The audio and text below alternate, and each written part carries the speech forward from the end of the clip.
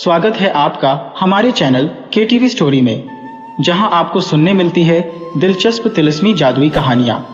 अगर आप चैनल पर नए हैं तो चैनल को सब्सक्राइब करें।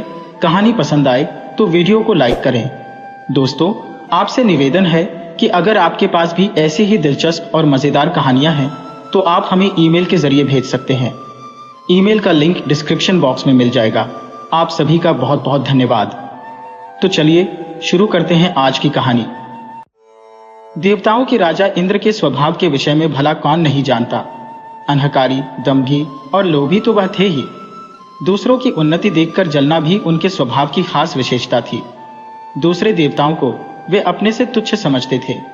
अपने राजगद्दी के विषय में वह इतने आशंकित रहते थे कि जहां कहीं कोई ऋषि मुनि तपस्या साधना में बैठा, नहीं कि उनकी रथों की नींद उड़ जाती थी। हमेशा सोचते रहते थे कि कहीं कोई साधक भगवान विष्णु को खुश करके उनसे उनका इंद्रासन ही न मांग ले। रसिक भी इतने थे कि अधिकांश समय रंभा, मेनका और उर्वशी जैसी अप्सराओं के नृत्यों की महफिल सजाए रहते थे। भगवान शंकर और ब्रह्मा जी उन्हें अक्सर समझाते रहते थे कि वे अपने स्वभाव को बदले, लेकिन इंद्र पर कोई प्रभाव ही नहीं पड़ता था। एक बार देवर्षि नारद इंद्रपुरी गए। दोनों में बातचीत होने लगी। नारद जी दूसरे देवताओं के महत्व और प्रभाव की चर्चा कर रहे थे कि दूसरे देवता कितने श्रेष्ठ हैं, उनका अपने अपने स्थान पर क्या क्या महत्व है।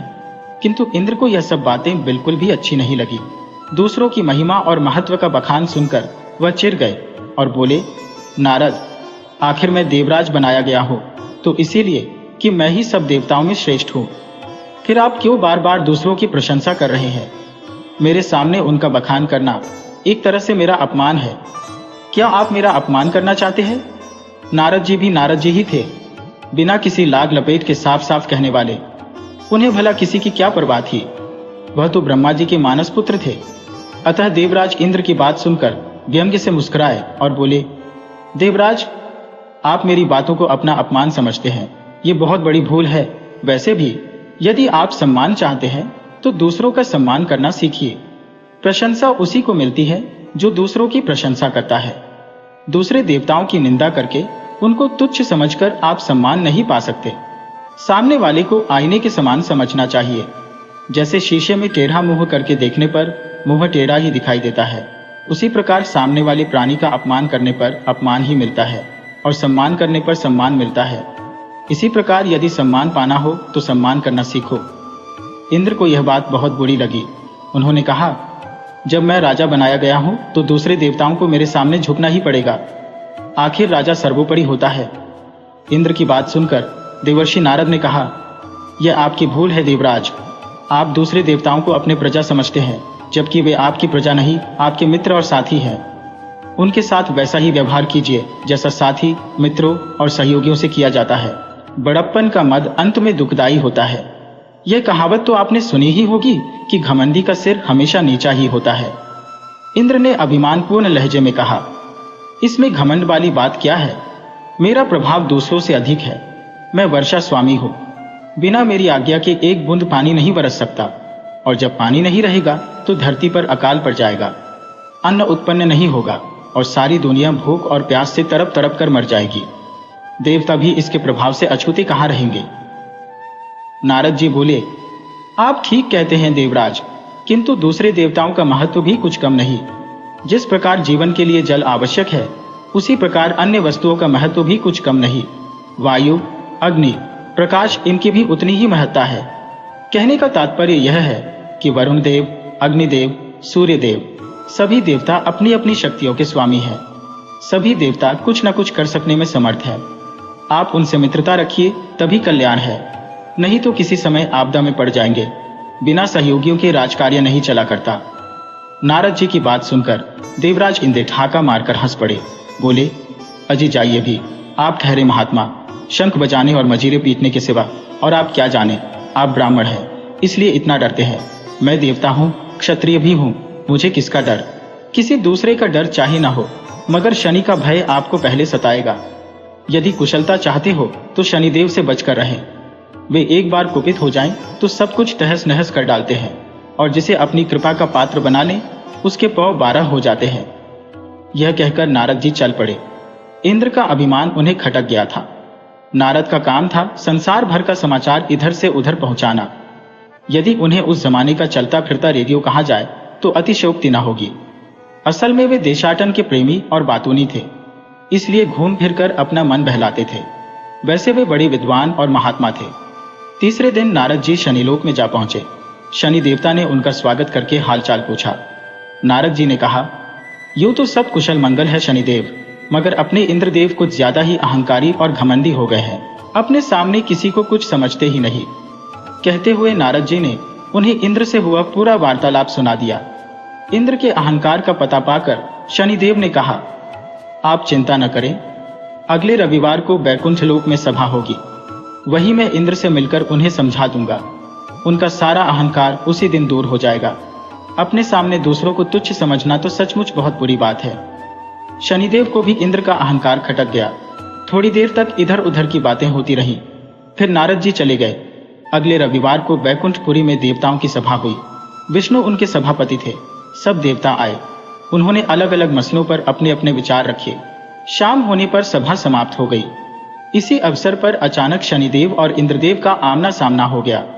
शनिदेव तो बड़ी नम्रता और सामान्य रूप से इंद्र से मिले, मगर इंद्र तो अपने ही अहंकार में चूर रहते थे। शनिदेव को देखते ही उन्हें नारद जी की बात याद आ गई कि शनिदेव से बचकर रहना। बस उस बात के याद आते ही इंद्र का अहंकार जाग उठा और बिना किसी भूमिका के उन्होंने शनिदेव से कहा, शनि जी, सुना है आप किसी का कुछ भी कर सकते हैं, लेकिन मैं आपसे नहीं डरता। मैं देवराज हूं, हर बात में आपसे बड़ा हूं। आप मेरा कुछ नहीं बिगाड़ सकते। शनिदेव को इंद्र के बातचीत का ढंग खटका, फिर भी उन्होंने अपने को संभाल कर कहा, मैंने तो आपसे ऐसा कुछ भी नहीं कहा देवराज, जो आप इस प्रकार का रूखा व्यवहार मेरे साथ कर रही हैं। फिर भी समय पर देखा जाएगा कि कौन कितने पानी में है। अभी से मैं क्या कहूं? समय पर क्या, अभी दिखाइए ना। वह समय आप आज ही बुला लीजिए। मैं आपका सामर्थ्य देखना चाहता हूं। इंद्रदेव अकड़ गए, मानो व्यर्थ का झगड़ा मोल लेने की ठाने बैठे हो। किसी ने सच ही कहा है, विनाश काले विपरीत बुद्धि, अर्थात जब किसी पर बुरा वक्त आना होता है तो उसकी बुद्धि खराब हो जाती है। वह उल्टे सीधे काम करके स्वयं को मुसीबतों और कठिनाइयों में धकेलने की चेष्टा करता है। यह सुनकर शनिदेव बोले, आप बड़े अहंकारी हैं देवराज, और आप दूसरों को धमकाया करते हैं, लेकिन मैं फिर भी कहता हूं, इंद्र आपसे नहीं डरेगा। इंद्र की बात सुनकर शनिदेव को क्रोध आ गया।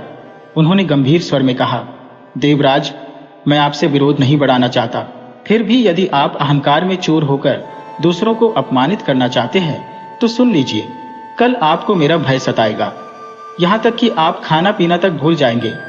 हो सके तो कल मेरी पकड़ से बचने का उपाय कीजिएगा। यह कहकर शनिदेव तेजी से एक ओर चले गए। इंद्र ने फिर उसी तरह अपमान भरी हंसी हंसकर कहा, मैं भी देखता हूं कि आप भी कितने पानी में हैं। इसी प्रकार बड़बड़ाते हुए वह इंद्रलोक की ओर प्रस्थान कर गए। उस रात इंद्र को बड़ा भयानक स्वप्न दिखाई दिया, जैसे कोई काला कलूटा विकराल दैत्य मुंह फैलाए उन्हें निगल जाना चाहता हो। सवेरे नींद से उठकर उन्होंने सोचा, उस भयानक स्वप्न का क्या अर्थ हो सकता है? क्या पता कि यह शनि की ही कोई करतूत हो। अवश्य ही वह आज मुझे कोई चोट पहुंचाने की चेष्टा कर सकता है, इसलिए मुझे किसी ऐसी जगह छिप जाना चाहिए जहां वह मुझे ढूंढ न सके। ऐसा विचार कर उन्होंने झटपट कपड़े बदलकर भिखारी का वेश बनाया और जंगल की ओर निकल गए। किसी को इस बात की भनक न पड़ने दी कि वह किस उद्देश्य से कहां और क्यों जा रहे हैं। यहां तक कि अपनी पत्नी इंद्राणी को भी उन्होंने इस संदर्भ में कुछ नहीं बताया। किसी को इस विषय में कुछ भी न बताने का कारण भी था। इंद्र को यह बात मालूम थी कि मेरे स्वभाव और व्यवहार से कई देवता रूठे रहते हैं, इसलिए उन्हें शंका हुई कि कहीं ऐसा न हो वे अब शनि की सहायता करने लगे। उस दशा में मैं अकेला हो जाऊंगा। बस इस विचार के उठते ही उनका साहस टूट गया और वे भयभीत होकर जंगल के घने भाग में जा घुसे। अब तक दिन का एक पहर चढ़ आया था। इंद्र ने सोचा, आखिर जब शनि ने मुझे चुनौती दी है तो मेरी खोज भी करेंगे। बिना मुझे खोजे तो वह मेरा कुछ बिगाड़ नहीं सकते, लेकिन मुझे खोजने में भी वे कोई कसर नहीं छोड़ेंगे। इसके लिए भले ही उन्हें धरती आकाश एक करना पड़े। अरे हाँ, आकाश के नाम पर ध्यान आया कि कहीं ऐसा ना हो कि वे आकाश मार्ग से उड़ते हुए मुझे यहाँ देख लें। इसलिए किसी झाड़ी में छिपकर बैठना चाहिए। आसपास झाड़ियां तो थीं, पर उनमें भी दिखाई दिए जाने की आशंका थी। हारकर इंद्र ने एक पुराने पेड़ के कोटर में शरण ली। पेड़ बहुत बड़ा था। उसका कोटर गुफा जैसा चौड़ा और गहरा था। इंद्र उसी में छिपकर बैठ गए। उन्होंने सोचा, शनि देवता लाख सिर पटके हैं, मुझे किसी भी सूरत में अब नहीं खोज पाएंगे। चिंती को भी पता नहीं चल सकता कि मैं यहाँ छिपा बैठा हूँ। फिर शनि की तो बिसात ही क्या है। शनि का अहंकार आज ही मिट जाएगा। व्यर्थ ही उन्होंने सारे संसार को डरा रखा है। उधर शनि देवता न कहीं आए न गए। धमकी देने के समय उन्होंने केवल अपनी छाया भर इंद्र पर डाल दी थी। बस वे अपना काम करते रहे। इंद्र कहाँ है, क्या कर रहे हैं, इससे उन्हें कोई मतलब नहीं था। उन्हें अपनी शक्ति पर विश्वास था। वे जानते थे कि इंद्र चाहे जहां जाए मेरी छाया अपना प्रभाव अवश्य डालेगी, और ऐसा हो भी रहा था। शनि के बिन कुछ किए ही इंद्र की शांति भंग हो चुकी थी। अपनी सुरक्षा के चक्कर में खाना तो क्या, उन्हें पानी पीने तक की भी सुध नहीं थी। बात केवल दिन भर की थी। जब सूरज डूब गया और रात आने लगी, तब इंद्र कोटर से बाहर निकले। चौकन्नी निगाहों से इधर उधर देखा, कहीं कोई न था। समझ गए कि या तो शनिश्चर इधर आए ही नहीं, और अगर आए भी होंगे तो थक हार कर लौट गए होंगे। आखिर मुझे खोजना इतना आसान कहाँ था। मेरी गंध तो हवा तक को नहीं मिली। शनि की क्या गिनती है। यही सब सोचते हुए इंद्र मन ही मन खुश हो रहे थे, और होते भी क्यों नहीं। अपनी समझ के अनुसार तो उन्होंने शनिदेव को धोखा दे ही दिया था। अब तो उन्हें उस क्षण का इंतजार था कि कब शनिदेव से भेंट हो और वहां उन्हें अपमानित करें, उनका उपहास उड़ाएं। अंधेरा बढ़ता जा रहा था। इंद्र ने अंगड़ाई लेकर देह को एक झटका दिया और जल्दी जल्दी अपने इंद्रलोक की ओर चल दिए। दूसरे दिन सुबह ही उनका सामना शनिदेव से हो गया। शनिदेव उन्हें देखकर अर्थपूर्ण मुद्रा में मुस्कुराए। इंद्रदेव उनकी मुस्कान में छिपे व्यंग्य को न समझ सके और विजय के मद में चूर होकर बोले, कहिए शनिदेव, कल का पूरा समय निकल गया और आप मेरा बाल भी बांका न कर सके। अब तो कोई संदेह नहीं है कि मेरी शक्ति आपसे अधिक है। इंद्र की बात सुनकर शनिदेव ठहाका मारकर हंस पड़े। उनको इस प्रकार हंसते देखकर इंद्रदेव झुंझला उठे और कुड़कर बोले, आपको हंसी आ रही है, लेकिन आपकी जगह पर कोई दूसरा होता तो शर्म के मारे मुंह छुपा लेता। आपने कल बड़े ताव से मुझे पकड़ लेने की चुनौती दी थी, लेकिन पकड़ना तो दूर, आप मुझे छू भी न सके। क्या यही आपका सामर्थ्य है? इसी बल पर आप फूले फूले फिरते हैं। दरअसल नारद जैसे लोगों ने आपको बेवजह सिर पर चढ़ा रखा है, और वे ही आपका नाम लेकर दूसरों को डराते रहते हैं। आप में कितना बल है ये मैं देख चुका हूं। शनिदेव ने हंसते हुए कहा, आप जैसे बुद्धिमान को कौन समझाए। आप हारे और मैं जीता, फिर भी आप मुझे धिक्कार रहे हैं। जाकर किसी को यह सारी घटना सुनाइए, तब पता चलेगा आप कितने बुद्धिमान और साहसी हैं। इंद्र ने आंखें निकालकर पूछा, क्या कहा, मैं हार गया हूं? कैसे? आप अपनी विजय का प्रमाण तो दीजिए। खाली कह देने से क्या होता है। इस प्रकार तो मैं भी कह सकता हूं कि विजय मेरी हुई है। कल का पूरा दिन निकल गया, आखिर क्या बिगाड़ पाए आप मेरा। आप मेरा बाल तक बांका नहीं कर सके। पूरी तरह स्वस्थ और निश्चिंत आपके सामने खड़ा हूं मैं। अगर इसी बात है तो सुनो, पहले परसों मेरे द्वारा कहे गए शब्दों पर गौर करो। शनिदेव ने कहा, मैंने कहा था कि कल आप खाना पीना भूल जाएंगे। वही बात हुई, आप मेरे भय से पेड़ के कोटर में छुपे रहे। दिन भर न खाया न पिया। आपने मारे भय के बाहर झांका तक नहीं। ये मेरी छाया का ही प्रभाव था, जो मैंने आप पर उसी समय डाल दी थी जब परसों हमारी भेंट हुई थी। मुझ में इतनी शक्ति है कि स्वयं न जाकर अपनी छाया से ही किसी को पकड़ लेता हूँ। उसी छाया के प्रभाव से आप डर कर भागे और दिन भर बिना कुछ खाए पिए कोटर में छिपे रहे। जिसे आप अपनी बुद्धिमानी समझते हैं वह मेरा भय था। यदि भय न होता तो राजभवन छोड़कर कोटर में जाकर छिपने का क्या कारण था। अरे, भय के मारे तो आपने अपनी पत्नी इंद्राणी को भी कुछ नहीं बताया। जरा सोचो कि जब मेरी छाया ने ही कौतूहल दिखा दिए, तो यदि मैं प्रत्यक्ष रूप से कुपित हो जाता तो क्या होता। शनिदेव की बात सुनकर इंद्र का सिर नीचा हो गया। हाथ जोड़कर बोले, मेरा अहंकार दूर हो गया शनिदेव। सचमुच आप मुझसे अधिक समर्थ और प्रभावशाली है। मुझे मेरी धृष्टता के लिए क्षमा करें। नारद जी ने सत्य ही कहा था, आप बड़े और बलशाली हैं। शनि देवता ने इंद्र को गले से लगा लिया और बोले, महाराज इंद्र, घमंडी का सिर हमेशा नीचा होता है। इंसान हो या देव, उसे कभी घमंड नहीं करना चाहिए।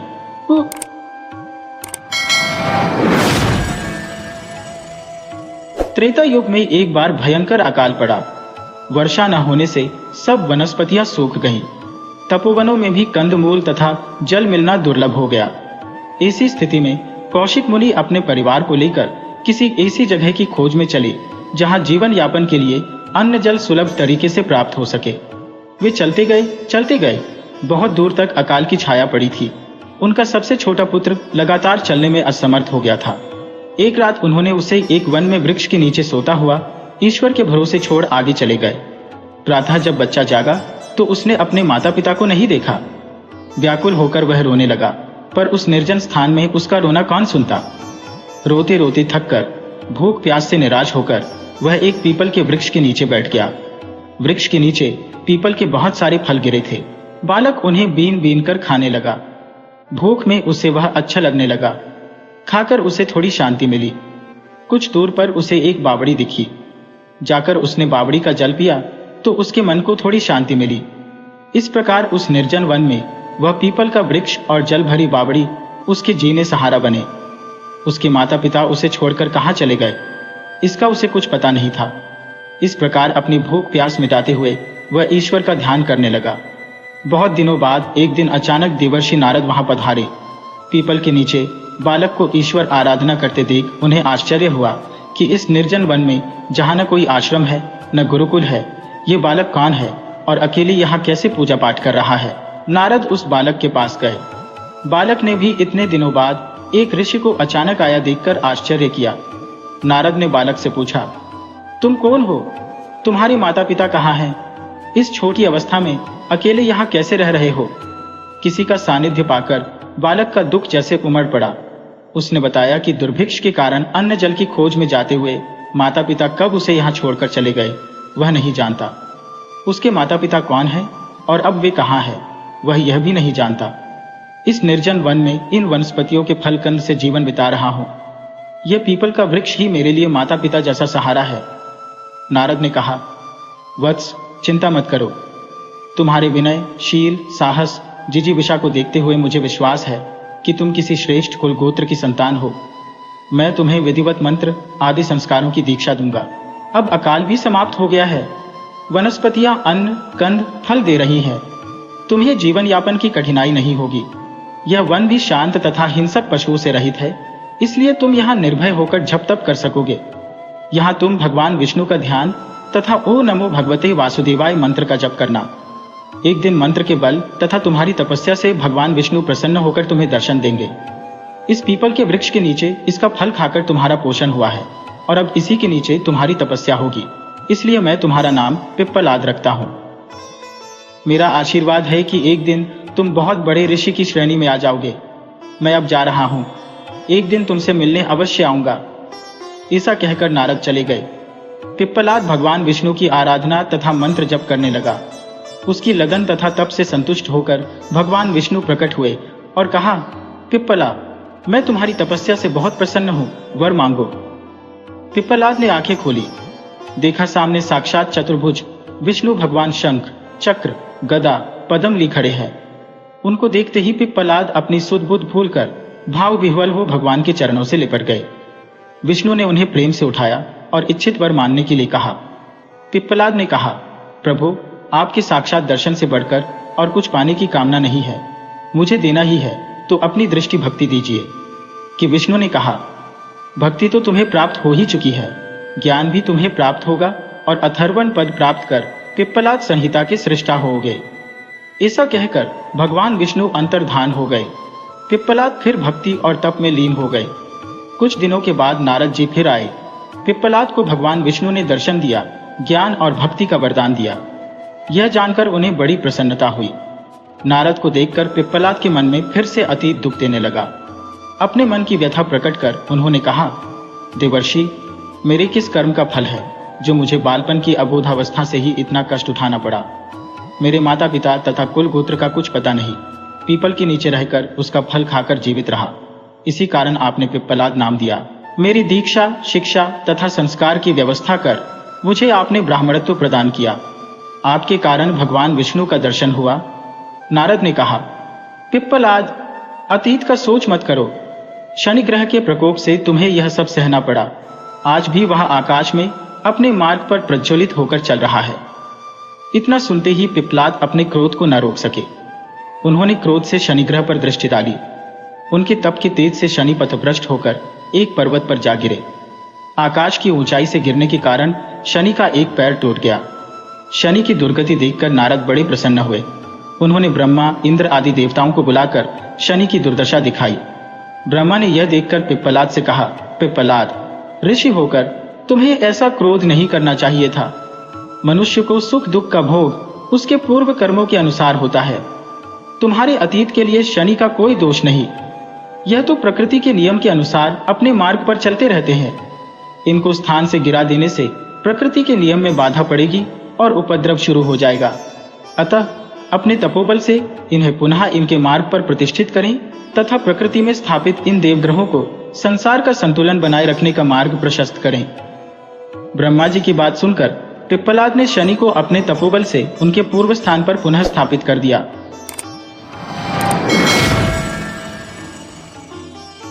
एक बार भगवान श्री कृष्ण दुर्योधन के यज्ञ में शामिल होकर द्वारकापुरी लौट चुके थे। समुद्र के मध्य में स्थित द्वारकापुरी अमरावती के सदृश शोभा दे रही थी।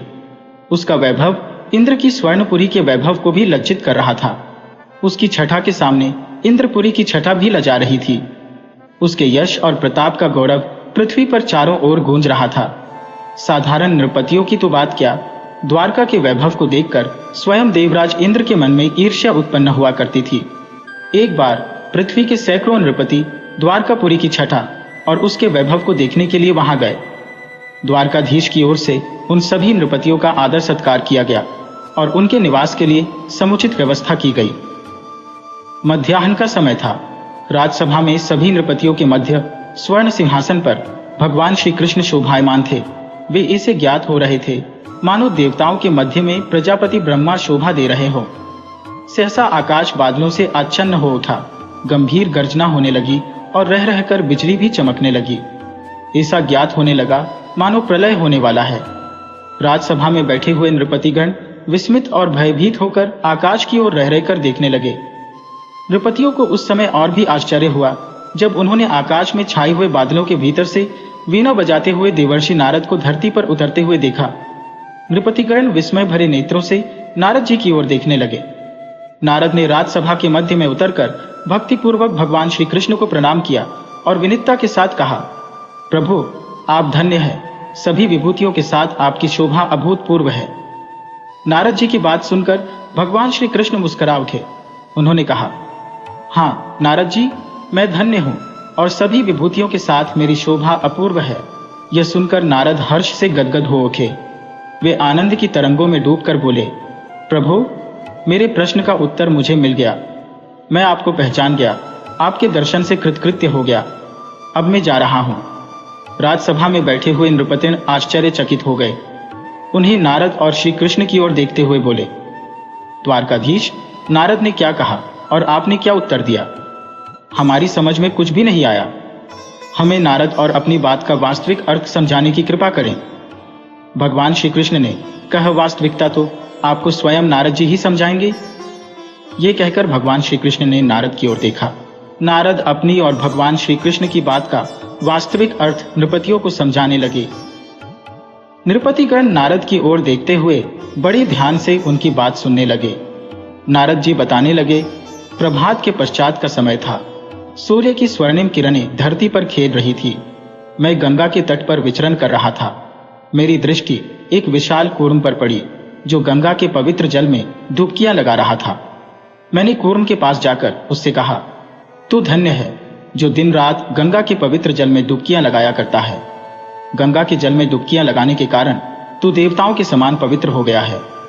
मेरी बात सुनकर कूर्म बोल उठा, देवर्षि, मैं धन्य नहीं हूं। धन्य तो है वह गंगा जिसके जल में हमारे जैसे लख लख जीव निवास करते हैं। कूर्म की बात सुनकर मैं गंगा के समक्ष उपस्थित हुआ। मैंने गंगा से कहा, देवसर्य गंगे, तू धन्य है। तू लख लख जीवों को अपने जल में स्थान देकर उन्हें संजीवनी प्रदान करती है। मेरी कथन को सुनकर गंगा बोली, देवर्षि, मैं धन्य नहीं हूं। धन्य तो है वह समुद्र जो मेरी जैसी सैकड़ों सरिताओं को धारण करता है। मैं समुद्र के समक्ष उपस्थित हुआ। मैंने समुद्र से कहा, सरिताओं के स्वामी, आप धन्य हैं। आप सैकड़ों सरिताओं को अपने भीतर स्थान देकर उनके जीवन को कृतार्थ करते हैं। मेरी बात सुनकर समुद्र बोला, देवर्षि, मैं धन्य नहीं हूं। धन्य तो है वह मेदिनी जो हमारे जैसे बहुत से समुद्रों को ऊपर उठाए हुए हैं। मैंने मेदिनी के समक्ष उपस्थित होकर उससे कहा, वसुंधरे, तू धन्य है। तू बहुत से समुद्रों को धारण करके उन्हें गौरव प्रदान करती है। मेदिनी ने उत्तर दिया, नारद, मैं धन्य नहीं हूं। धन्य तो है वे पर्वत जो मुझे भी धारण करने के कारण भूद्र कहलाते हैं। मैंने पर्वतों के समक्ष उपस्थित होकर उनसे कहा, पर्वतों, आप धन्य हैं। आप मेदिनी को धारण करके उसकी मनोरथ सफल बनाते हैं। पर्वतों ने कहा, देवर्षि, हम धन्य नहीं हैं। धन्य तो प्रजापति ब्रह्मा है जिन्होंने सृष्टि की रचना की है। मैंने ब्रह्मा की सेवा में उपस्थित होकर उनसे कहा, प्रजापति, आप धन्य हैं। आपने सृष्टि की रचना करके अपनी क्षमता का परिचय दिया है। प्रजापति ने उत्तर दिया, देवर्षि, मैं धन्य नहीं हूं। धन्य तो है वे भगवान श्री कृष्ण जो विष्णु के अवतार है और जो इस समय द्वारका के राज सिंहासन पर विराजमान है। ये वास्तविकता बताकर नारद जी ने नृपतियों से कहा, मैं इसी सत्य के अनुसंधान के लिए यहाँ आया था। भगवान श्री कृष्ण ने स्वयं उस सत्य का उद्घाटन किया। मैं धन्य हूँ। नृपतियों, श्री कृष्ण को छोड़कर और कोई धन्य नहीं है। नारद अपने कथन को समाप्त कर नारायण नारायण कहते और वीणा बजाते हुए आकाश लोक की ओर चले गए और नृपतिगण श्री कृष्ण को सर्वज्ञ सर्वपूजित जानकर उनकी वंदना करने लगे, उनके चरणों में नतमस्तक होने लगे। दोपहर के पश्चात का समय था। महाभारत के रचयिता वेदव्यास जी ब्रह्म नदी के तट पर बड़े ही उदास, बड़े ही खिन्न बैठे हुए थे। नदी कल कल स्वरों से बह रही थी। सामने पर्वत की चोटी पर बिछी हुई बर्फ के ऊपर सूर्य की सुनहरी किरणें खेल रही थी। पर्वत के नीचे वृक्षों पर कल कंठों से पक्षी गा रहे थे, पर वेदव्यास जी के लिए प्रकृति का वह वैभव बिल्कुल निस्सार था। वे उदास मुख विचारों में खोए हुए थे। वेदव्यास जी अपने भीतर घुसकर अपनी उदासी का कारण खोज रहे थे। वे सोच रहे थे, उनकी तो किसी में कोई आसक्ति नहीं, फिर उनके मन में यह खिन्नता किस बात के लिए? बहुत खोजने पर भी वेदव्यास जी कुछ खोज नहीं पा रहे थे। बहुत सोचने पर भी कुछ सोच नहीं पा रहे थे। आखिर उन्होंने सोचा, मन की यह उदासी इस तरह तो दूर होने वाली नहीं। इसे दूर करने के लिए आसन लगाकर बैठ गए। उन्होंने ध्यान में नेत्र बंद कर लिए।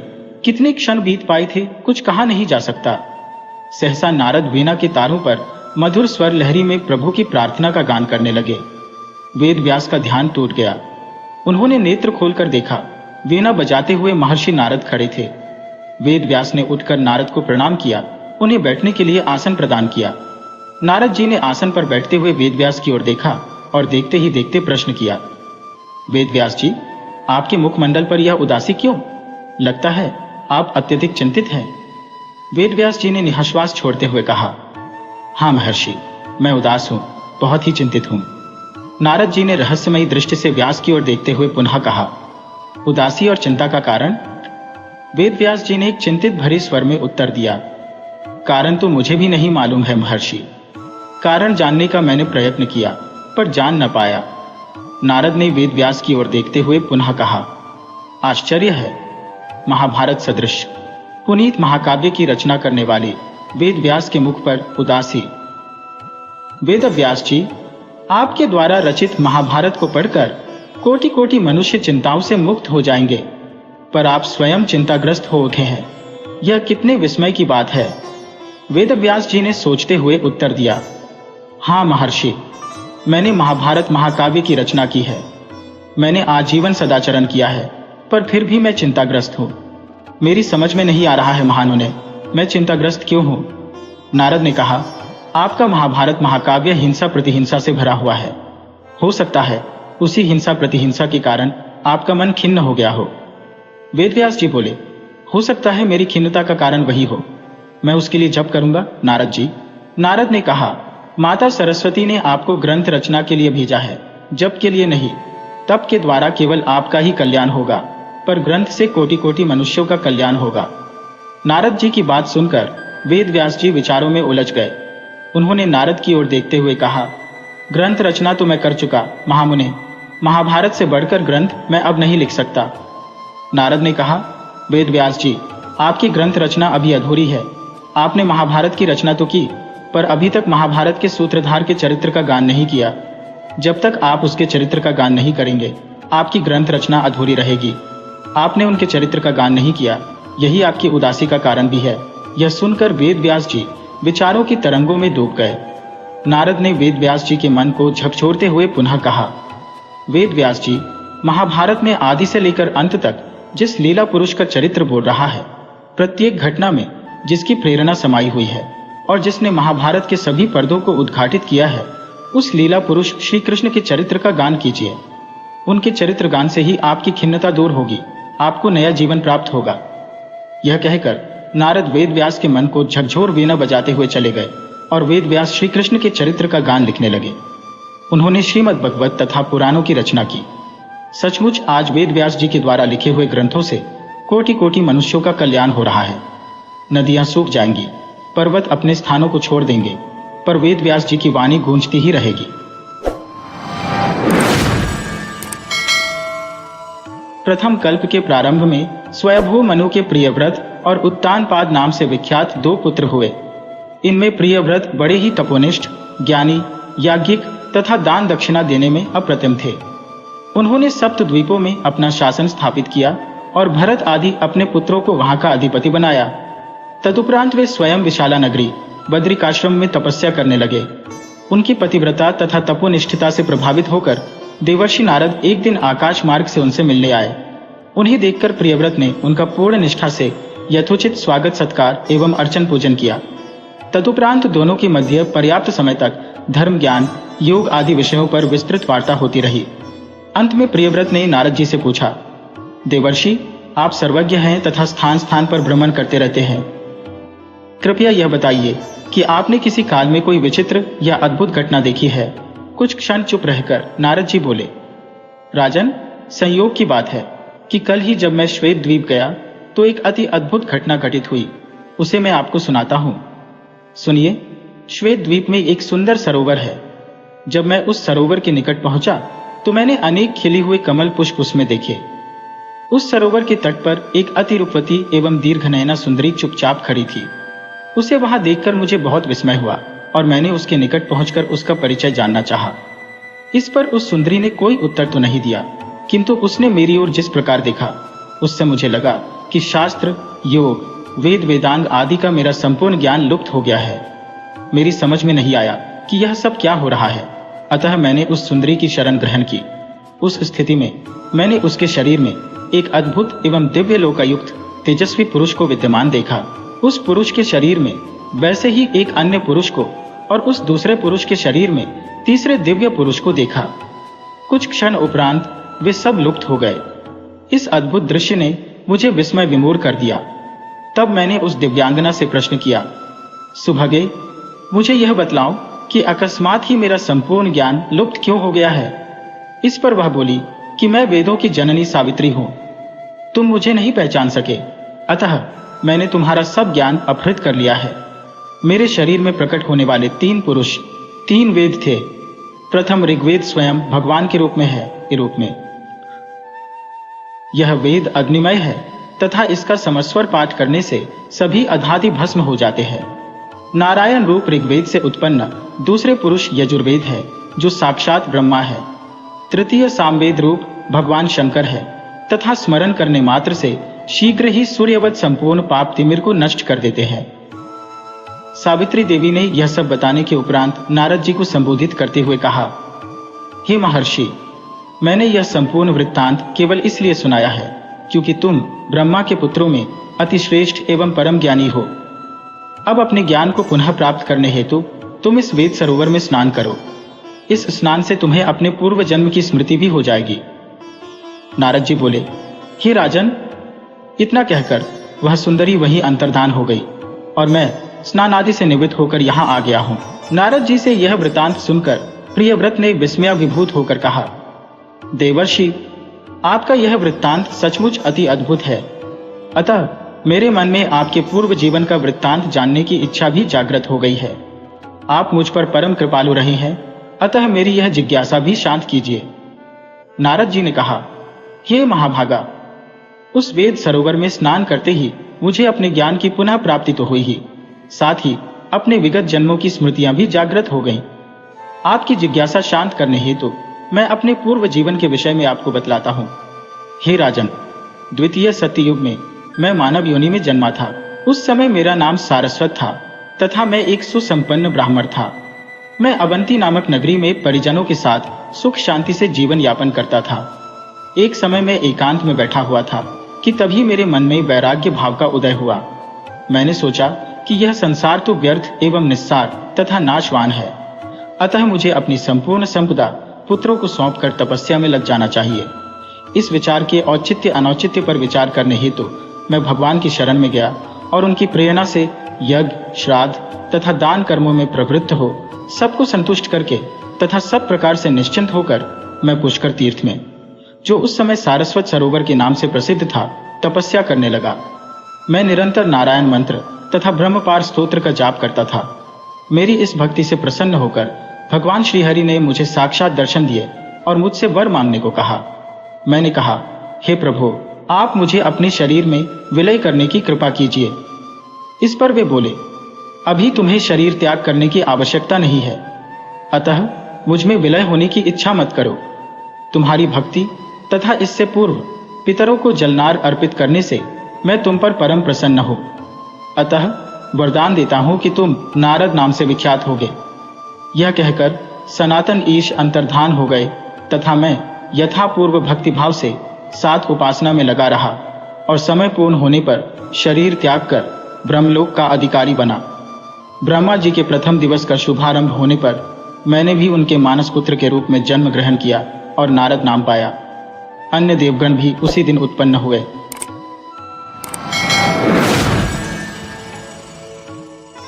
देवर्षि नारद बहुत बड़ी संत थे। वे जहां चाहें आ जा सकते थे। नारायण के भक्त थे। लेकिन एक बार उनके मन में यह जानने की इच्छा पैदा हुई कि आखिर संत कौन होता है। श्री कृष्ण जी के पास गए और अपनी जिज्ञासा बताई। बोले, भगवान, मेरी शंका का समाधान करें। श्री कृष्ण ने कहा, नारद जी, आप अमुक यादव के पास जाओ। उसकी पत्नी गर्भवती है। उसके घर बच्चा पैदा होने वाला है। जब बच्चा पैदा हो तो तुम उस बच्चे से यह सवाल पूछना, वह सब कुछ बता देगा। नारद जी यादव के घर पहुंचे, उनसे मिले और बोले, तुम्हारे घर बच्चा पैदा होने वाला है। मैं उससे मिलना चाहता हूं। जब तक बच्चा पैदा न हो मैं यही इंतजार करूंगा। एक दिन बच्चे ने जन्म लिया। नारद जी खुश हो गए। बच्चे के पास गए और अपना प्रश्न रखा। भगवत कृपा से बच्चे ने नारद जी का प्रश्न सुना और बहुत जोर से हंसने लगा। यह देख नारद जी हैरान हुए। वह सोचने लगे, बच्चा कुछ ही घंटों का है और यह मेरा प्रश्न सुनकर खिलखिलाकर हंस रहा है। आश्चर्य! क्या कुछ गलत पूछा? क्या इसने मुझे पागल समझा? लेकिन यह तो बच्चा है। इन दुनियावी चीजों का इसे क्या पता। और फिर नारद जी ने देखा, बच्चे की रंगत बदल रही है। बच्चे की हंसी खत्म हो रही है। वह चुप होता जा रहा है। नारद ने फिर पूछा, मेरे प्रश्न का उत्तर तो अभी बाकी है, उत्तर तो देते जाओ। बच्चे ने कहा, अमुक ब्राह्मण के घर गाय बछड़ा जन्मने वाली है। तुम्हारी प्रश्न का उत्तर वह बछड़ा ही देगा। वह सब कुछ जानता है। और ये कहते ही बच्चे ने प्राण त्याग दिए। ये देखकर नारद जी हैरान हुए। जब मेरे प्रश्न का उत्तर एक मानव नहीं दे सका तो एक बछड़ा कैसे देगा? नारद जी निराश हुए। ब्राह्मण के घर गए। बछड़े ने जन्म लिया। उसने होश संभाली। नारद जी ने उससे अपना प्रश्न पूछा, संत कैसा होना चाहिए? संत कौन होता है? बछड़े ने ध्यान से नारद जी का प्रश्न सुना। मनुष्य की आवाज में बछड़ा हंस दिया। कहने लगा, नारद जी, आपके प्रश्न का उत्तर मैं नहीं दे सकता। आपके प्रश्न का उत्तर इस नगरी के राजा के घर पैदा होने वाला बच्चा दे सकता है। और यह कहते कहते बछड़े ने भी प्राण त्याग दिए। नारद जी बहुत हैरान हुए। वे सोचने लगे, यादव के बेटे ने मेरे प्रश्न का उत्तर नहीं दिया। ब्राह्मण की गाय के बछड़े ने मेरे प्रश्न का उत्तर नहीं दिया। दोनों ही मेरे प्रश्न का उत्तर देने से पहले ही मर गए। अब भला राजा का पुत्र क्या उत्तर देगा? कहीं वह भी मर गया तो मेरा प्रश्न अधूरा ही रह जाएगा। कभी उत्तर नहीं पा सकूंगा। फिर भी नारद जी राजा के घर गए। वाकई राजा के घर संतान पैदा होने वाली थी। नारद जी वहीं रुक गए। आखिर राजा के बेटे ने जन्म लिया। नारद जी शिशु के पास गए। अपना वही प्रश्न उसके सामने रखा। संत कैसा होना चाहिए, संत कौन होता है? प्रश्न राजा भी सुन रहा था, सोच रहा था नारद जी के प्रश्न का उत्तर भला यह बच्चा कैसे दे सकता है। लेकिन उसने स्वयं देखा, नारद जी का प्रश्न सुनते ही बच्चा खिलखिलाकर हंस दिया और बच्चे के हंसने के साथ ही उसकी रंगत भी बदलने लगी, आवाज धीमी पड़ने लगी, हाथ पांव शिथिल होने लगे। यह देख नारद जी डर गए। राजा भी कांप उठा। कहा, मेरा बेटा मर तो नहीं रहा? लेकिन नारद जी ने राजा के बेटे से पूछा, तुम्हारी आवाज धीमी हो रही है, तुम्हारी हंसी बंद हो रही है, लेकिन तुम्हें मेरे प्रश्न का उत्तर अभी देना है। मेरे प्रश्न का उत्तर दिए बिना कैसे जा सकते हो? बच्चे ने कहा, नारद जी, संत ऐसा ही होना चाहिए जैसे आप हैं, निर्मल और निश्चल, जिसके दर्शन मात्र से देह के छूटते ही मोक्ष मिल जाए, जिसे देखते ही पाप मिट जाए, दुनिया बदल जाए, नरक से स्वर्ग मिल जाए, जन्म जन्म के बंधन छूट जाए, दुनिया बदल जाए, नरक से स्वर्ग मिल जाए, वैकुंठ मिल जाए। आपके दर्शन मात्र से ही मैं मृत्युलोक से स्वर्गलोक जा रहा हूँ। इससे पहले मैं एक यादव के घर जन्मा था, वहां मैंने आपके दर्शन किए, मैंने प्राण छोड़ दिए, फिर बछड़े के रूप में जन्म लिया, आपके दर्शन किए, वह योनि भी समाप्त हुई, फिर राजा के घर जन्मा हूँ। अब आपके दर्शन से ही मैं इस मृत्युलोक से विदा हो रहा हूँ, वैकुंठ जा रहा हूँ। पिछले जन्म सभी मेरे थे, आपके दर्शन से सभी छूट गए, उनसे मुक्ति मिली, नए जन्म लिए, आपके दर्शन से अब मोक्ष मिल रहा है, जन्म मरण के चक्कर से मुक्त हो रहा हूँ। संत ऐसा ही होना चाहिए, आप जैसा।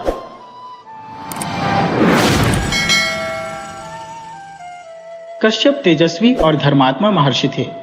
उनकी भी पत्नी का नाम अदिति था। अदिति उनकी दिन रात सेवा करती।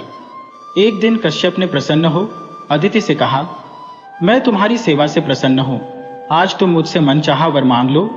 यह सुनकर अदिति खुश हो गई। वह बोली, हे नाथ, देवताओं ने मेरे 100 पुत्र मार डाले हैं, अब आप मुझे ऐसा पुत्र दें जिसे देवता न मार सके। ऐसा ही होगा, लेकिन तुम्हारे उस पुत्र को सिर्फ भगवान शंकर ही मार सकेंगे। कश्यप ने अदिति से कहा। समय गुजरा, अदिति के एक पुत्र पैदा हुआ। उसके 1000 सिर, 2000 पांव तथा 2000 आंखें थी। वह घमंड से चोर होकर अंधे की तरह चलता था, इसलिए उसका नाम ही अंधक पड़ गया। वह अत्याचारी था, सभी उससे डरते थे। अंधक युवा हो चला था, अब उसके अत्याचार भी बढ़ते ही जा रहे थे। वह यज्ञ करने साधु सन्यासियों का अपहरण कर लेता, उन्हें परेशान करता। फलतः धार्मिक अनुष्ठान बंद हो गए।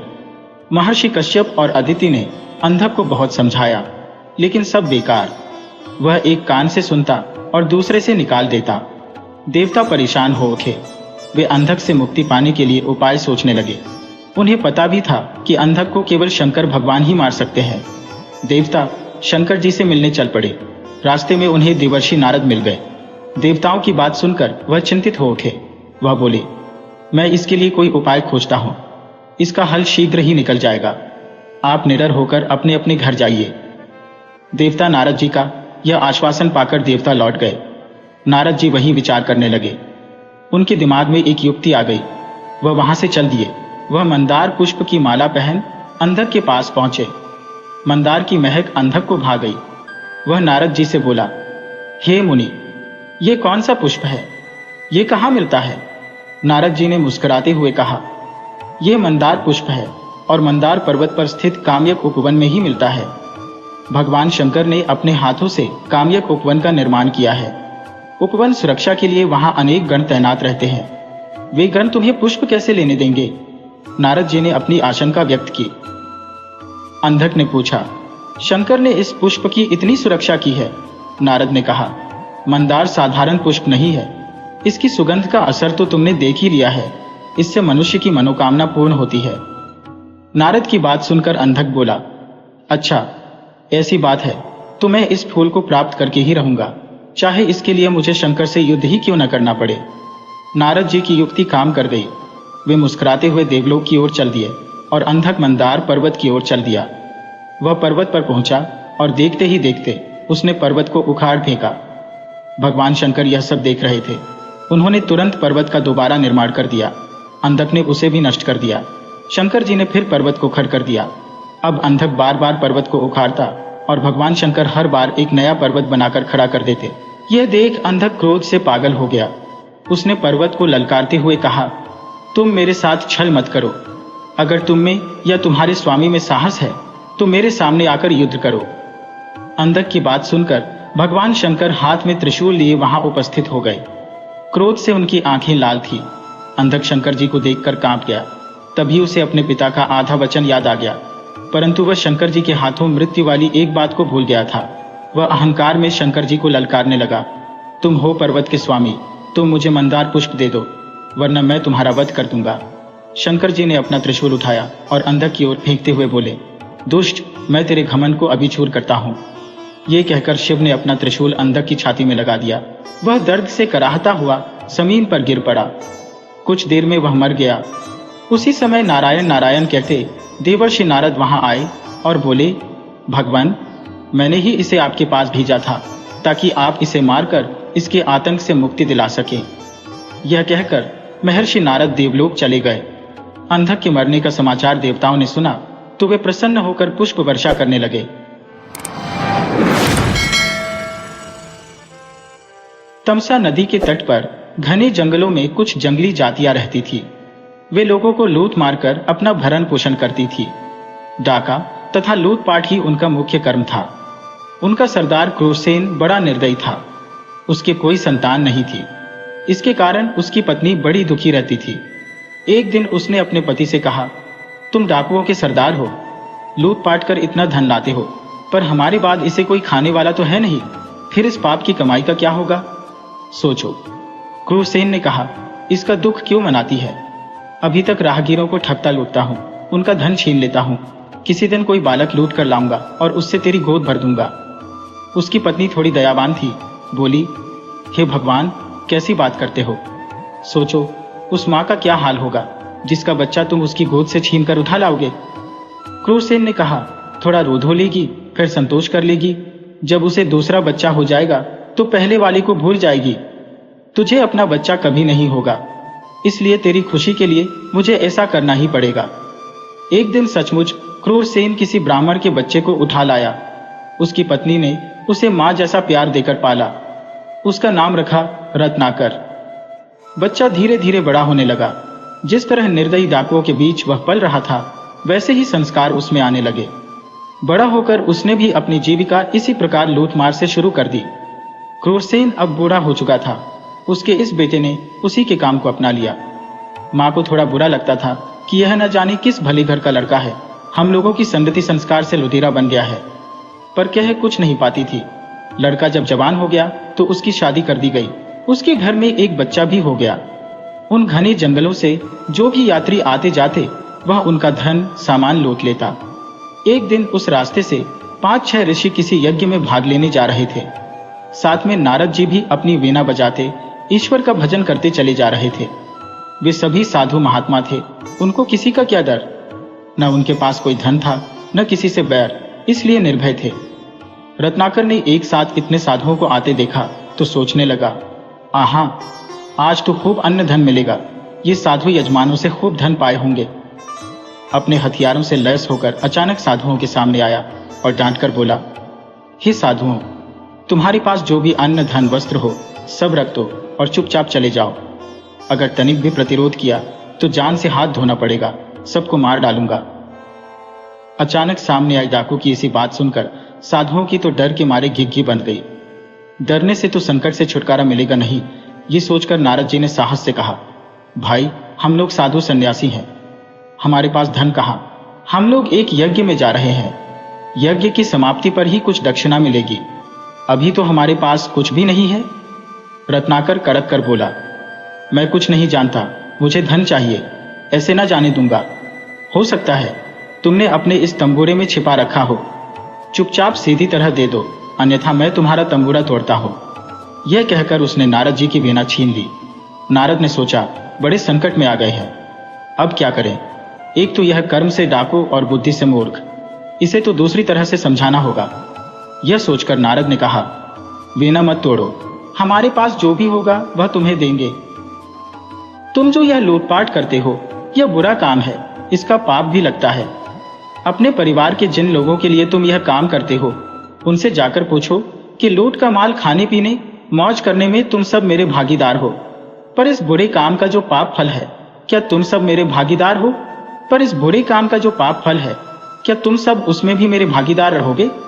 मेरे मरने के बाद जब मेरे कर्मों का हिसाब किताब यमराज के यहाँ होगा, तुम सब उस कर्म फल में भी हिस्सा लोगे? रत्नाकर ने कहा, अरे ऐसी बात तो किसी ने नहीं कही। विद्वान साधु हो इसलिए ऐसी बात कर रहे हो, पर चतुर भी हो। मैं यह सब पूछने जाऊं और तुम सब यहां से मौका पाकर भाग जाओ। नारद जी ने हंसकर कहा, इसी बात नहीं, ऐसा करो तुम हम सबको एक रस्सी से किसी पेड़ के साथ बांध दो, हम यहां बंधे रहेंगे, तुम निश्चिंत होकर जाकर पूछ आओ। रत्ना की समझ में यह बात आ गई। उसने सब साधुओं को एक पेड़ के साथ रस्सी से बांध दिया और घर जाकर सब सदस्यों को बुलाकर कहा, मैं आज एक बात आप सबसे पूछना चाहता हूं। लोगों को लूट पाट कर मैं आप सबका भरण पोषण कर रहा हूं। एक तरह से देखा जाए तो निरीह लोगों को लूटना मारना बुरा काम है। बुरे कामों का फल भी बुरा होता है। लूट पाट से आए धन अन्न में जैसे आप सब भागीदार हो, क्या ऐसे ही भागीदार मेरे पाप का फल भोगने में भी होगे? आज बेटे के मुंह से दान पुण्य और उसके फल की बात सुनकर मां चौंकी। सोचा जरूर कोई बात है। तत्काल जवाब दिया, पुत्र, हर एक व्यक्ति को अपने कर्मों का फल अकेले ही भोगना पड़ता है। कर्म फल में कोई किसी का भागीदार नहीं होता। तुम्हारा काम परिवार का पालन पोषण करना है, वह तुम किस तरह करते हो यह तुम्हें सोचना चाहिए। हमारा भरण पोषण करना तुम्हारा धर्म है। हम खा पी रहे हैं, बुरे काम से यह सब लाते हो तो इस पाप कर्म का फल भी तुम्हें ही अकेले भोगन पड़ेगा। मां के साथ पत्नी और बेटे ने भी ऐसा जवाब दिया। सुनकर रत्नाकर की आंखें खुल गईं। वह भागकर साधुओं के पास आया और मां, पत्नी तथा बेटे का उत्तर बताया। नारद जी ने कहा, देखा, पाप कर्म के फल में कोई साथी नहीं होता, इसलिए अपना जीवन नष्ट मत करो, यह सब छोड़कर अच्छे काम करो। रत्नाकर को बड़ी ग्लानि हुई। उसने साधुओं को छोड़ दिया और नारद के चरण पकड़कर कहा, देवर्षि, आपने मेरी आंखें खोल दी। मैं अब जीवन की राह बदल दूंगा। मुझे अब परिवार से कुछ लेना देना नहीं। आप मुझे अपने साथ ले चलो और रास्ता दिखाओ। आपकी संगति में मैं इस पाप कर्म से छुटकारा पा जाऊंगा। रत्नाकर नारद के पास रहा। नारद ने उसे शिक्षा तथा ज्ञान दिया और तपस्या की विधि बताई। रत्नाकर सब भूलकर ऐसा तप करने बैठा कि अपना तन मन सब भूल गया। जहां वह समाधि लगाकर बैठा था, उसके चारों ओर मिट्टी का वल्मीक बन गया। उसी के बीच वह तपस्या में समाधि लगाए रहा। एक दिन नारद के साथ सरस्वती देवी आई। वर्षा से मिट्टी का वल्मीक घुल गया। रत्नाकर की समाधि भंग कर नारद ने कहा, रत्नाकर उठो, तुम्हारी साधना तपस्या सफल हुई। वीणावादिनी सरस्वती तुम्हें महाकाव्य लिखने की प्रतिभा प्रदान करने आई है। अब तुम्हारा नाम वाल्मीकि से प्रकट होने के कारण वाल्मीकि होगा। समझो, तुम्हारा पुनर्जन्म हुआ। वाल्मीकि ने नारद और सरस्वती को प्रणाम किया। इन्होंने आगे चलकर भगवान राम के जीवन पर रामायण लिखी, जो वाल्मीकि रामायण नाम से प्रसिद्ध है। दो बलशाली राक्षस थे, हिरण्यकशिपु और हिरण्याक्ष। ये दोनों भाई थे। उन दोनों ने देवों पर चढ़ाई कर इंद्रलोक को जीत लिया, मगर समय की गति बलवान है। हिरण्याक्ष एक नौका दुर्घटना में मारा गया और हिरण्यकशिपु को नृसिंहदेव ने मारा था। हिरण्यकशिपु के मरने के बाद उसका बेटा प्रहलाद सिंहासन पर बैठा, मगर भगवान भक्त प्रहलाद को हिरण्याक्ष के बेटे अंधक ने हराकर उससे राज्य छीन लिया। अंधक ने प्रहलाद को बंदी बना लिया और स्वयं असुरों का राजा बन बैठा। अंधक के मन में देवों के लिए पुराना वैर था। उसने अपनी सेना की शक्ति बढ़ा ली और अमरावती पर चढ़ाई करने की तैयारी करने लगा। इंद्र को यह बात पता चली तो वह चिंतित हो उठा। इंद्र जानता था कि अकेले देव इतने शक्तिशाली नहीं है जो अंधक और उसकी विशाल सेना का सामना कर सके। इसीलिए इंद्र ने निश्चय किया कि वह मनु की प्रतापी संतानों को अपनी सहायता के लिए बुलाए। उस समय धरती पर दक्ष प्रजापति जैसे प्रतापी राजा थे। इंद्र ने नारद जी को बुलाया और कहा, नारद जी, तुम अश्विनी कुमार और दक्ष प्रजापति के पास जाओ। देवों पर विपत्ति के बादल घिरे हैं। उनसे कहो कि इस युद्ध में वह हमारी सहायता करें। प्रजापति दक्ष की राजधानी महान नदी सरस्वती के तट पर थी। नारद और उनके साथी वहां पहुंचे। शाम का समय था। उन्हें पता चला कि इस समय दक्ष अपनी बड़ी बेटी सती और पत्नी वीरनी के साथ सरस्वती तट पर घूमने गए हैं। देवर्षि नारद ने सोचा, जरूरी काम है, महल में बैठकर प्रतीक्षा करने में विलंब हो जाएगा। इसीलिए वह दक्ष से मिलने नदी तट की ओर ही चल पड़े। कुछ दूर चलने पर ही उन्होंने एक तेजस्वी पुरुष को नदी के तट पर टहलते हुए देखा। उनके बगल में एक प्रौढ़ा और एक युवती भी चल रही थी। युवती की सुंदरता देखकर अतिरथ बोला, नारद जी, यह अप्सराओं में श्रेष्ठ युवती यहाँ कैसे आ गई? नारद जी हंसकर बोले, मित्र, यह प्रजापति दक्ष की बड़ी पुत्री सती है। कुछ ही दिनों में इसका विवाह होने वाला है। पता नहीं किस भाग्यशाली को यह वरण करेगी। और दूसरी है दक्ष की पत्नी वीरनी। ये कहकर नारद जी आगे बढ़े और दक्ष के पीछे जाकर बोले, दक्ष प्रजापति, मैं नारद देवलोक से आया हूं। दक्ष ने पूछा, कहो, देवराज इंद्र तो कुशल है, अमरावती के क्या हालचाल है? नारद जी ने कहा, देवराज तो कुशल है, किंतु एक संकट इंद्रलोक पर मंडरा रहा है। इसी कारण मैं इंद्र का संदेश लेकर यहां आया हूं। इसके बाद नारद जी ने अंधक के हमले के संभावित खतरे की बात बताते हुए कहा, देवता एक युद्ध में उससे हार चुके हैं।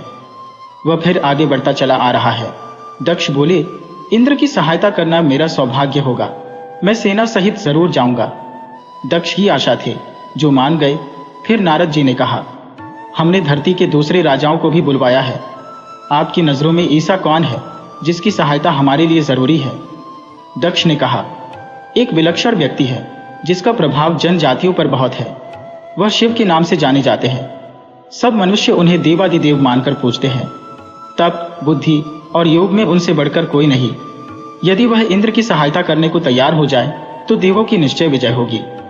मुझे विश्वास है कि नारद यह कार्य अवश्य कर पाएंगे, अतिरथ ने कहा। दक्ष ने मुस्कुराकर कहा, मैं नारद जी के गुणों से भली भांति परिचित हूं, पर तुम शिव को नहीं जानते। वह प्रकांड पंडित है। वह महान शिल्पी भी है। उन्हें अनेक सिद्धियां प्राप्त है। उनकी नगरी काशी इस धरती की अनुपम नगरी है। असुर, नाग, यक्ष और गंधर्व उनकी पूजा करते हैं।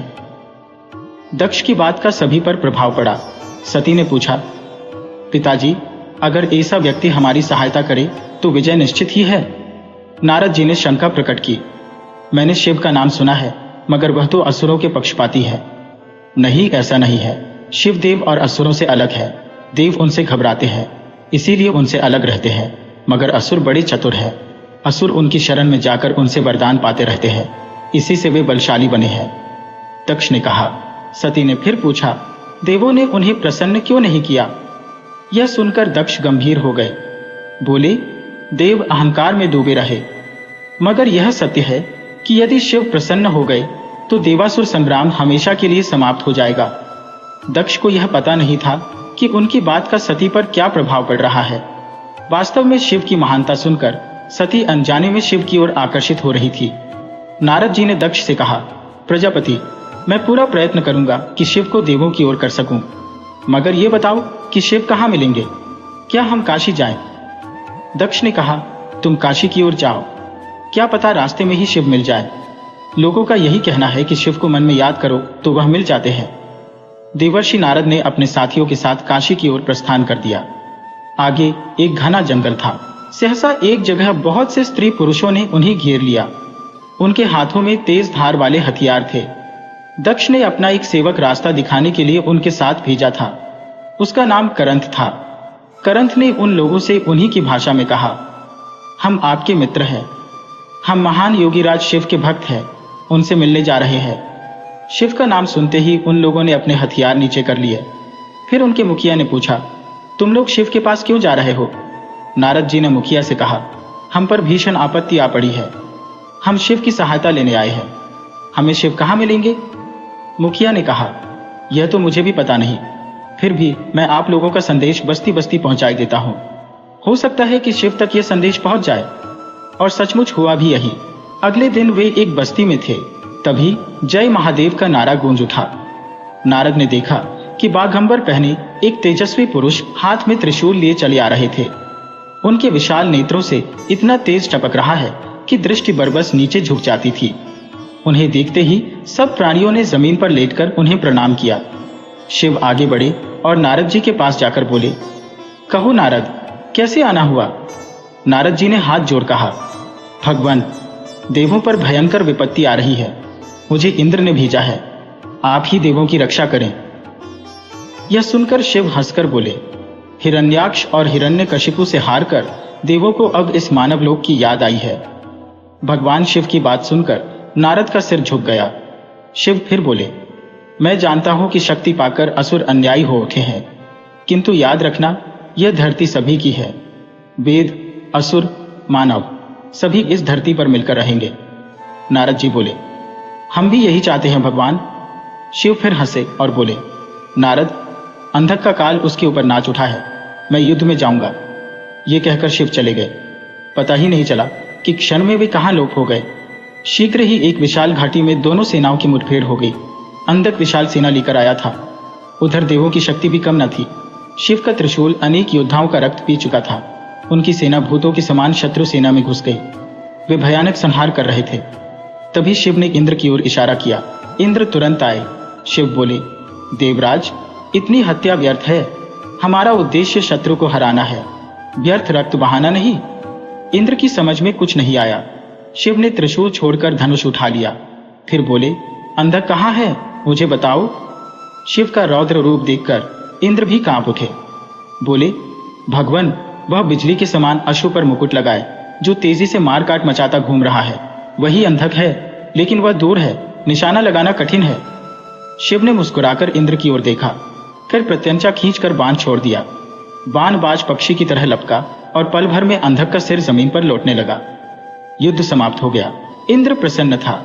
वह शिव को धन्यवाद देने के लिए देवों को लेकर चला, मगर तभी उसे मालूम हुआ कि शिव अपनी सेना के साथ अंतर्धान हो गए। इस युद्ध के बाद सभी देव जुटे। सभी ने देवासुर संग्राम में दक्ष प्रजापति की वीरता की सराहना की और उन्हें धन्यवाद दिया।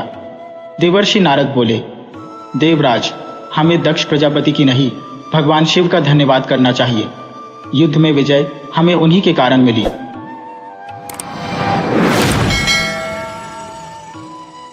एक बार पार्वती जी जब स्नान करने जाने लगी तो उन्होंने अपने पुत्र गणेश से कहा, बेटा, मैं नहाने जा रही हूं, तुम द्वार पर बैठे रहो। जब तक मैं नहाकर वापस ना आ जाऊं, तुम यहीं बैठे रहना और किसी को भी अंदर ना आने देना। एक आज्ञाकारी बालक की भांति गणेश द्वार पर बैठ गए। अभी पार्वती नहा ही रही थी कि शिव अपने गणों के साथ आए और घर में जाने लगे तो गणेश ने उन्हें रोक कर कहा, अभी आप लोग बाहर प्रतीक्षा करें, माता पार्वती अंदर स्नान कर रही है। जब वे स्नान कर बाहर आ जाएं, तब आप अंदर जाना। शिव गणेश की इस बात की उपेक्षा कर जब अंदर जाने लगे तो गणेश ने बलपूर्वक प्रतिरोध किया तथा अंदर नहीं जाने दिया।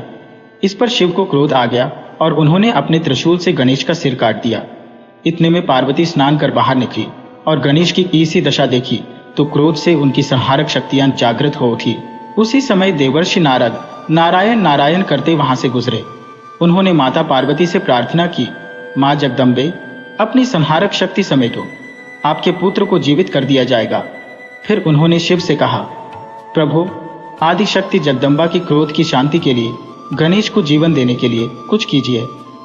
नारद जी की बात सुनकर शिव ने एक गज शावक का सिर काटकर तत्काल गणेश के धड़ से जोड़ दिया।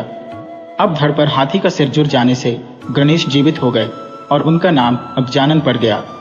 जब पार्वती ने पुत्र का यह रूप देखा तो नारद जी से कहा, देवर्षि, मेरे बेटे का यह रूप इसे कौन सा देवत्व प्रदान करेगा?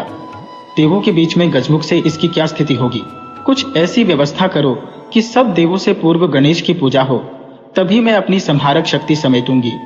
नारद ने कहा, मां भगवती, इसकी भी व्यवस्था करता हूं, आप पहले शांत हो जाइए। नारद के कहने पर पार्वती ने अपनी संहारक शक्तियां समेट ली। जब सब शांत हो गया तो नारद जी ने कहा, अभी गणेश की अग्र पूजा की घोषणा कर देने से अन्य देवता नाराज हो जाएंगे, अतः किसी प्रतियोगिता के द्वारा सब देवों के आदि देव ब्रह्मा जी के सामने इसका निर्णय किया जाएगा। पार्वती ने नारद के इस सुझाव को स्वीकार कर लिया। ब्रह्मा जी के सामने यह प्रस्ताव रखा गया कि इतने सारे देवी देवताओं में सर्वप्रथम किसकी पूजा की जाए। कोई भी शुभ कार्य करने से पहले किस देवता की प्रतिष्ठा की जाए, इसकी कुछ व्यवस्था कीजिए। देवताओं को भी यह प्रस्ताव पसंद आया। सबने कहा, हाँ, ऐसा हो जाए तो ठीक होगा, लेकिन कोई भी देवी देवता इस बात को लेकर रुष्ट नहीं होगा कि मानव ने पहले मेरी पूजा नहीं की। ब्रह्मा जी ने कहा, तुम्हारा प्रस्ताव उचित है नारद जी, तुमने ऐसी समस्या रखी है तो तुम ही कोई ऐसी योजना बताओ कि जिससे निर्णय हो सके कि किस देव की अग्र पूजा की जाए। नारद ने कहा, तात, मेरे विचार से तो एक प्रतियोगिता का आयोजन किया जाए। देवी देवता अपने अपने वाहन पर सवार होकर इस पृथ्वी की परिक्रमा पूरी कर सबसे पहले आपके पास आ जाए वही अग्र पूजा का अधिकारी हो। देवर्षि नारद के इस सुझाव को सबने स्वीकार किया। ब्रह्मा जी ने भी इसे स्वीकृति दे दी। सब देवता अपने अपने वाहनों पर सवार होकर पृथ्वी की परिक्रमा करने निकल पड़े। गणेश जी अपने चूहे पर सवार हुए। वे ही सबसे पीछे रहे। उनकी सवारी चूहा अन्य देवताओं की सवारियों का क्या मुकाबला करता, पर प्रतियोगिता में भाग तो लेना ही था। नारद गणेश का उपक्रम देख रहे थे तथा विचार कर रहे थे कि गणेश तो शरीर में वैसे भी लंबोदर, भारी भरकम, ऊपर से सिर भी हाथी का है। इनकी सवारी भी विचित्र चूहा जैसा छोटा सा जीव कैसे पृथ्वी की परिक्रमा करके सफल होंगे।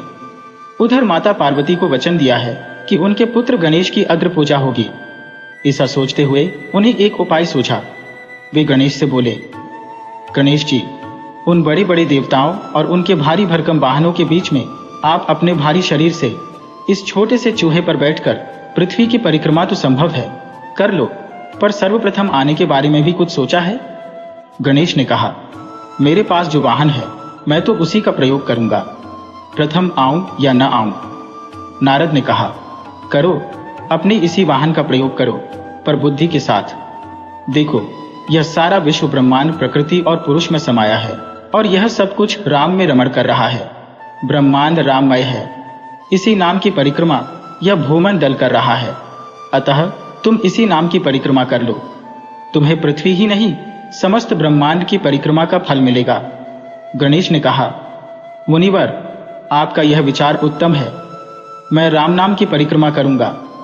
यह कहकर उन्होंने भूमि पर राम राम लिखा और अपने मूषक पर बैठकर उस नाम की 3 बार परिक्रमा करके ब्रह्मा के समक्ष जा खड़े हुए।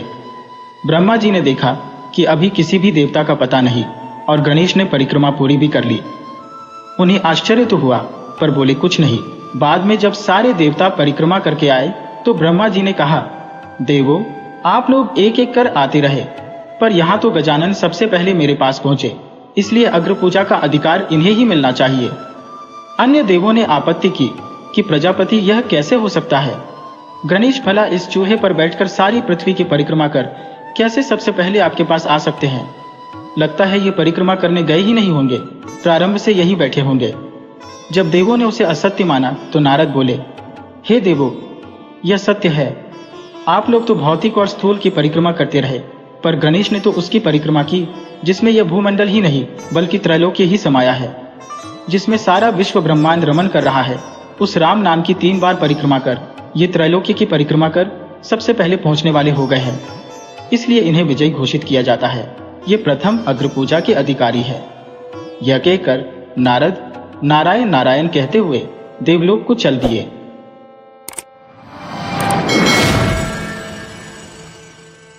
एक बार देवर्षि नारद भूमंडल में घूम रहे थे तो उन्हें वृकासुर नामक राक्षस मिला।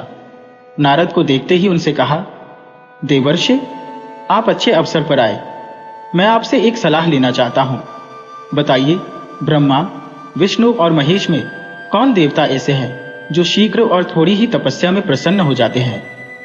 नारद ने सोचा, यह असुर इस समय जैसा अपना जीवन बिता रहा है, आगे भी ऐसे ही बिता सकता है, पर लगता है अब यह त्रैदेवों में किसी की विशेष आराधना कर बलशाली होना चाहता है। वर पाने के बाद इसकी आसुरी शक्ति बहुत ही प्रबल हो जाएगी। फिर यह ब्राह्मणों, ऋषियों तथा देवों को सताया करेगा। नारद यह सोच तो रहे थे, पर वृकासुर के प्रश्न का उत्तर टालने का मतलब था अपने लिए संकट पैदा करना। यह सोच विचार करके देवर्षि नारद ने वृकासुर से कहा, वृकासुर, वैसे तो तीनों देवों में से तुम किसी की भी तपस्या कर अपना मनोरथ पूरा कर सकते हो। ब्रह्मा और विष्णु जल्दी प्रसन्न नहीं होते, उनके लिए बहुत वर्षों तक कठिन तपस्या करनी पड़ती है। यह भी हो सकता है कि तुम्हारी आयु समाप्त हो जाए और तपस्या पूरी ना हो। हाँ, भगवान शंकर ही ऐसे हैं जो थोड़ी आराधना से ही प्रसन्न हो जाते हैं। औदरदानी तो से कि अपने भक्त की इच्छा की पूर्ति के लिए कुछ सोच विचार ही नहीं करते। भक्त ने जो मांगा तत्काल दे दिया। तुम्हारी ही जाति के रावण तथा वानासुर ने भगवान शिव की तपस्या से कितना वरदानी वर पाया था। अब तुम स्वयं विचार कर लो कि किसकी आराधना करनी चाहिए जिससे शीघ्र फल मिले। नारद जी के मुख से ऐसी बात सुनकर वृकासुर ने भगवान शंकर की ही आराधना करने का निश्चय किया और हिमालय के केदार क्षेत्र में जाकर शिव की आराधना करने लगा। उसकी आराधना से प्रसन्न होकर भगवान शंकर प्रकट होकर बोले, वत्स, मैं तुम्हारी तपस्या से प्रसन्न हूं। निसंकोच कहो, क्या चाहते हो, वर मांगो। वृकासुर हाथ जोड़कर बोला, प्रभु, नारद ने कहा था कि आप शीघ्र ही प्रसन्न होकर वर देते हैं, पर इतने वर्षों की आराधना के बाद आपने दर्शन दिए, आप शीघ्र प्रसन्न नहीं हुए। इसका मतलब नारद ने मेरे साथ छल किया। अब आप प्रसन्न होकर वर देना चाहते हैं तो मैं भी वैसा ही कठिन वर चाहता हूं। आप कृपा कर मुझे मारन वर दीजिए। मैं जिस किसी प्राणी के सिर पर मात्र हाथ भर रख दूं, उसी का प्राणांत हो जाए। आप प्रसन्न हैं तो यही वर दीजिए।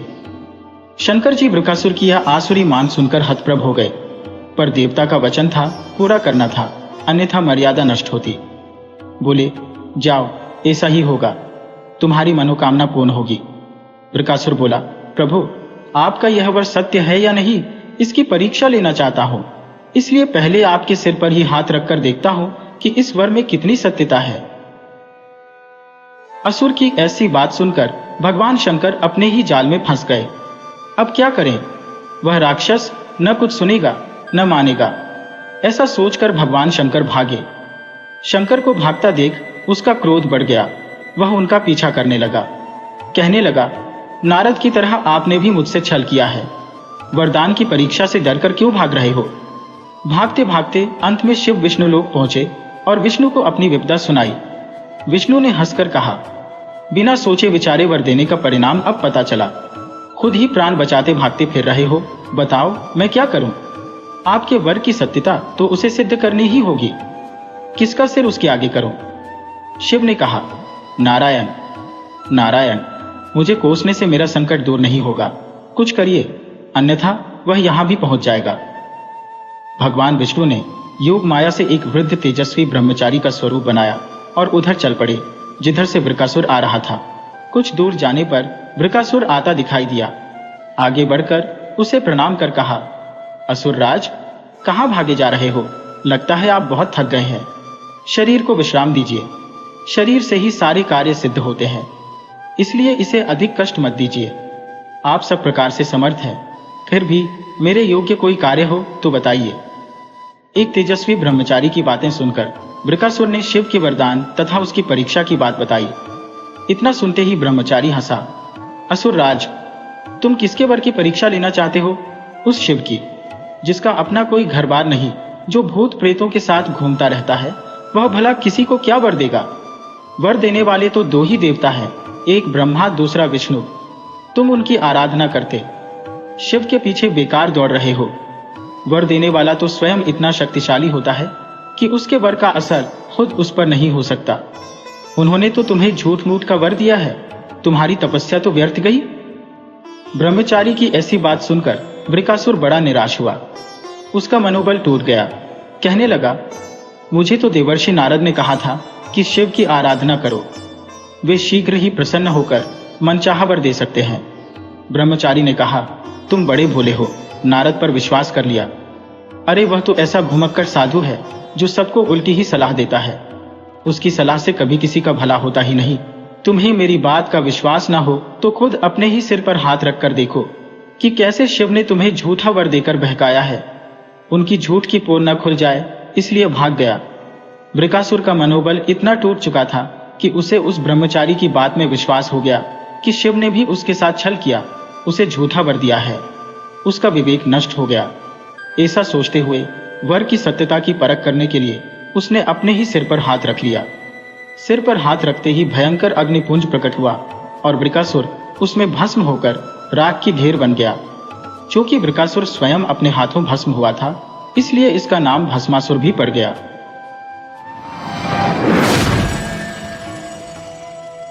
वीडियो अच्छी लगी हो तो इसे लाइक करें और ऐसी ही मज़ेदार कहानियों के लिए चैनल को सब्सक्राइब करें और बेल आइकन दबाएं। ज़्यादा से ज़्यादा अपने दोस्तों को शेयर करें। धन्यवाद।